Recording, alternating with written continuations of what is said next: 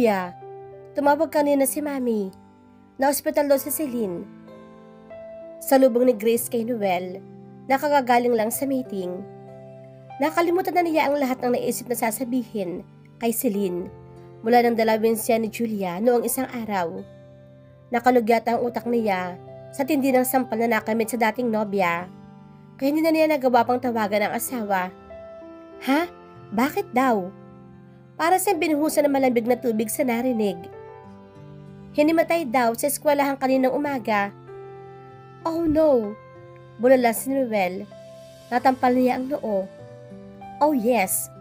Napailing si Grace sa direksyon na namumutlang pinsan. Pinauuwi ka na Mami at Daddy ngayon sa probinsya. Kakausapin ka raw. Kaagad na tumuli si Noel sa ospital at nadata niyang tulog si Celine sa kwarto nito. Mukhang nangayayat ito ng konti mula nang huli sila magkita. Namumutlaran ito. Naupo siya sa tabi ng kama nito at pinagmasdan ang natutulog na babae. Nakadextrose ito. May oxygen tank sa tabi ng kama. Eksaktong 1 buwan na nakakalipas na magpakasal sila ng lihim. May awang hamapula sa puso niya. Dahan-dahan niyang hinawakan ng kamay ng asawa. Anong ginagawa mo dito? Gulantang bagaman, mahinang tanong ni Celine. Kaagad binitawan ni Noel ang kamay nito. Tumawag si Mami. Sagot niya. Ano? Mabangon sana ito, pero pinigilan niya. Nakita niyang napapikit ito ng mariin. Baka mahilo ka, alam na nila.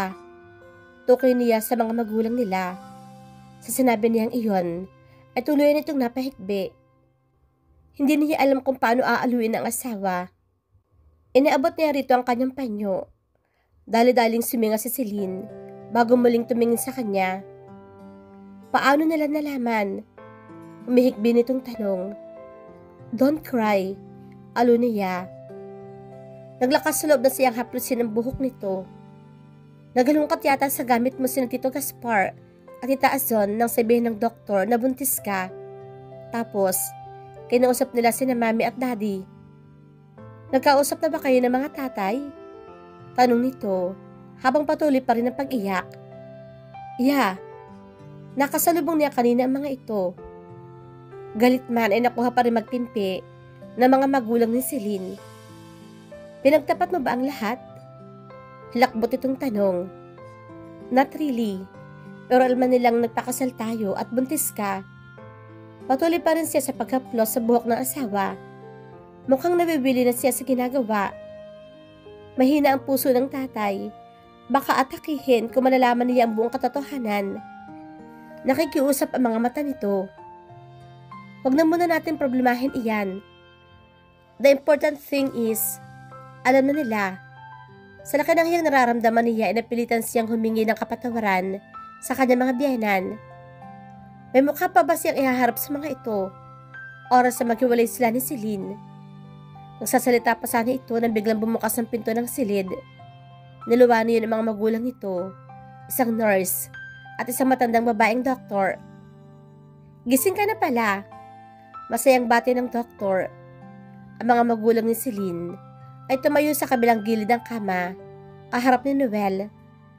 Napilitang ngumiti ang pasyente. Kahit pa sa totoo, ay pinagkapawisan ito ng malagkit dahil hindi nito inaasahang magtatagpo ang mga magulang nito at si Noel. Kumusta ho ang kalagayan ng asawa ko, Dok? Bahaging sinulipan ni Noel ang mga magulang ni Celine.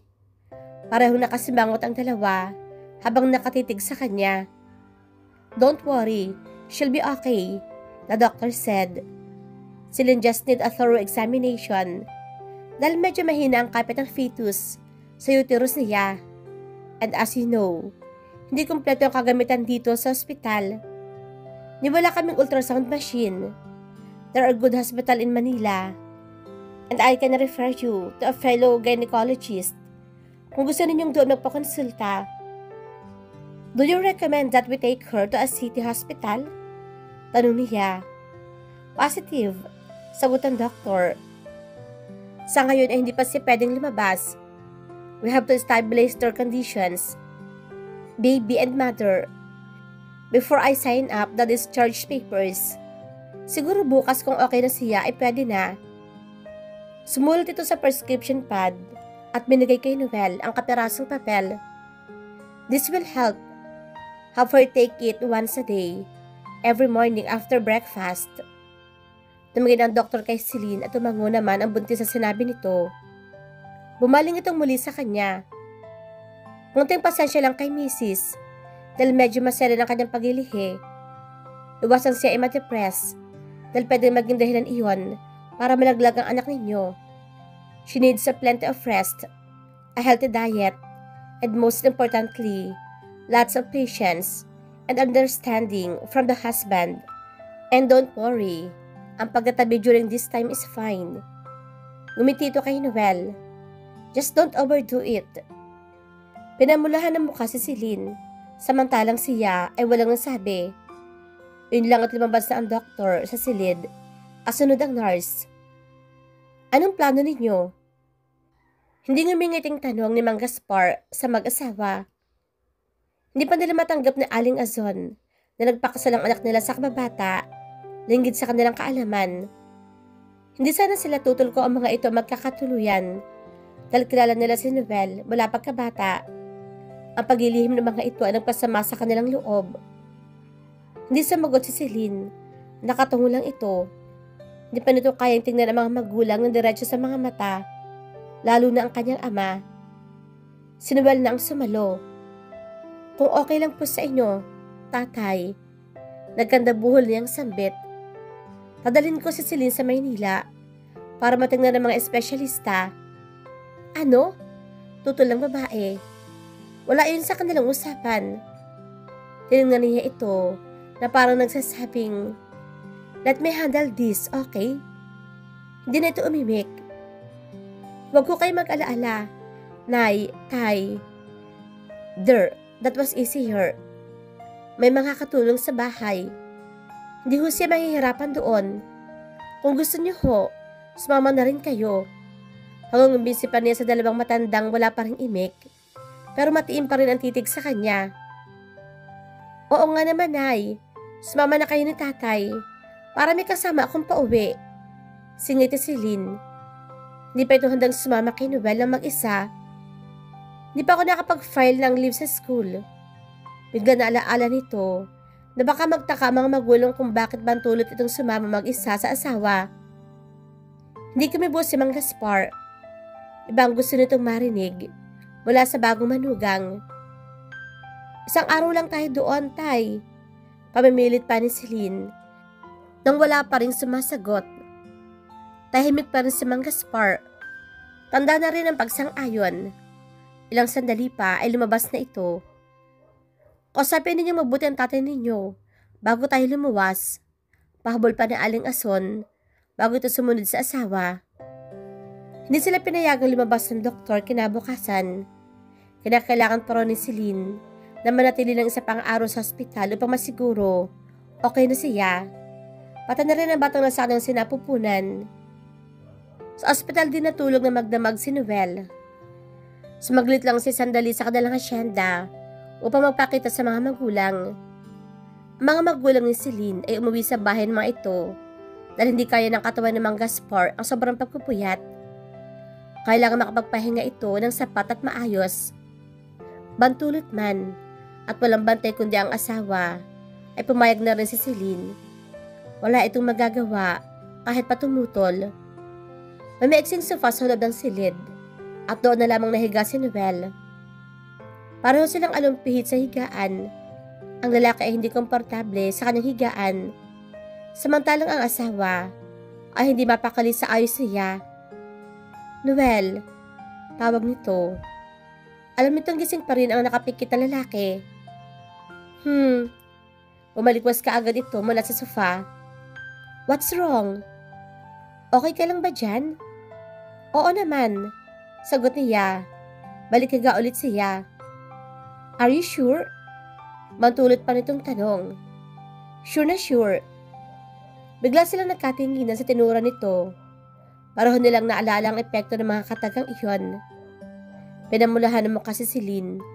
Tumalikod ito ng higa at nagtulog-tulugan. Matagal din bago nakatulog si Noel. Namalayan na lamang niyang umaga na may pumasok na nurse at kinuha ang temperature ni Celine. Namanhid yata ang kanyang buong katawan sa magdamag na ayos niya. "Good morning."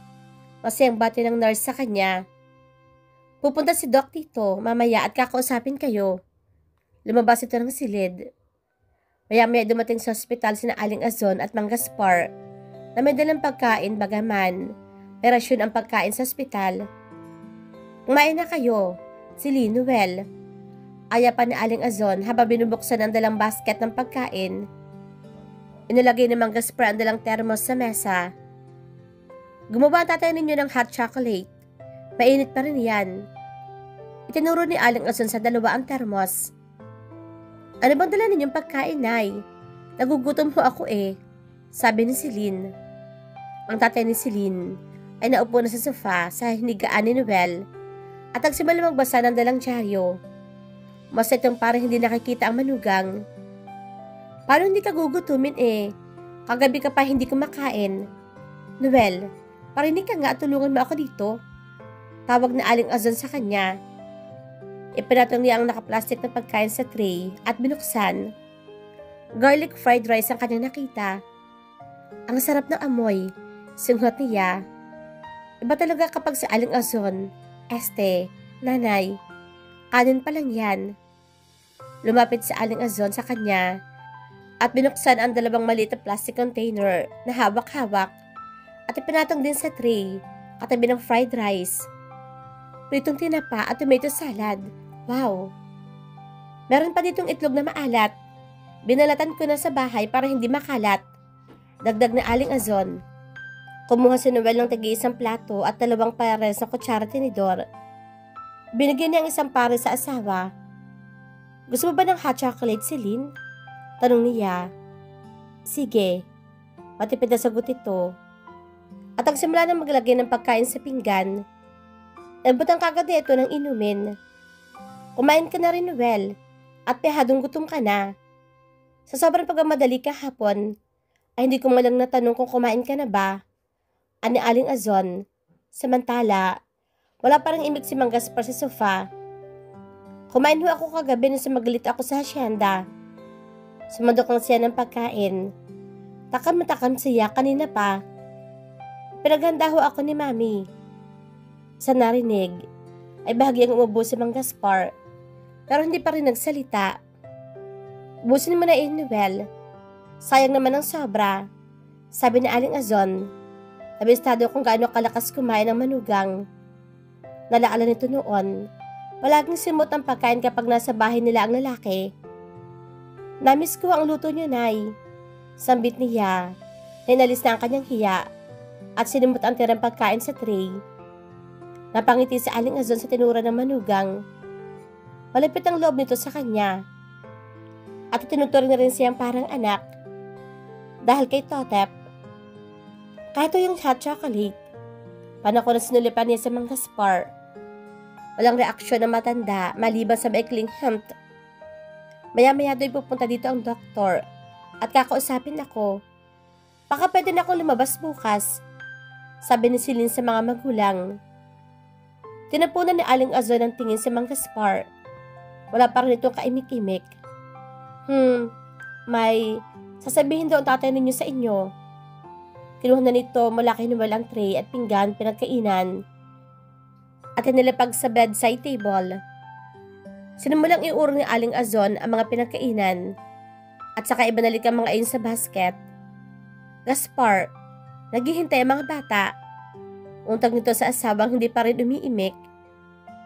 Dahan-dahan nitong ibinaba ang hawak na dyaryo. Itinupi at sinantabi bago tumayo at nagpakawala ng isang malalim na buntong hininga.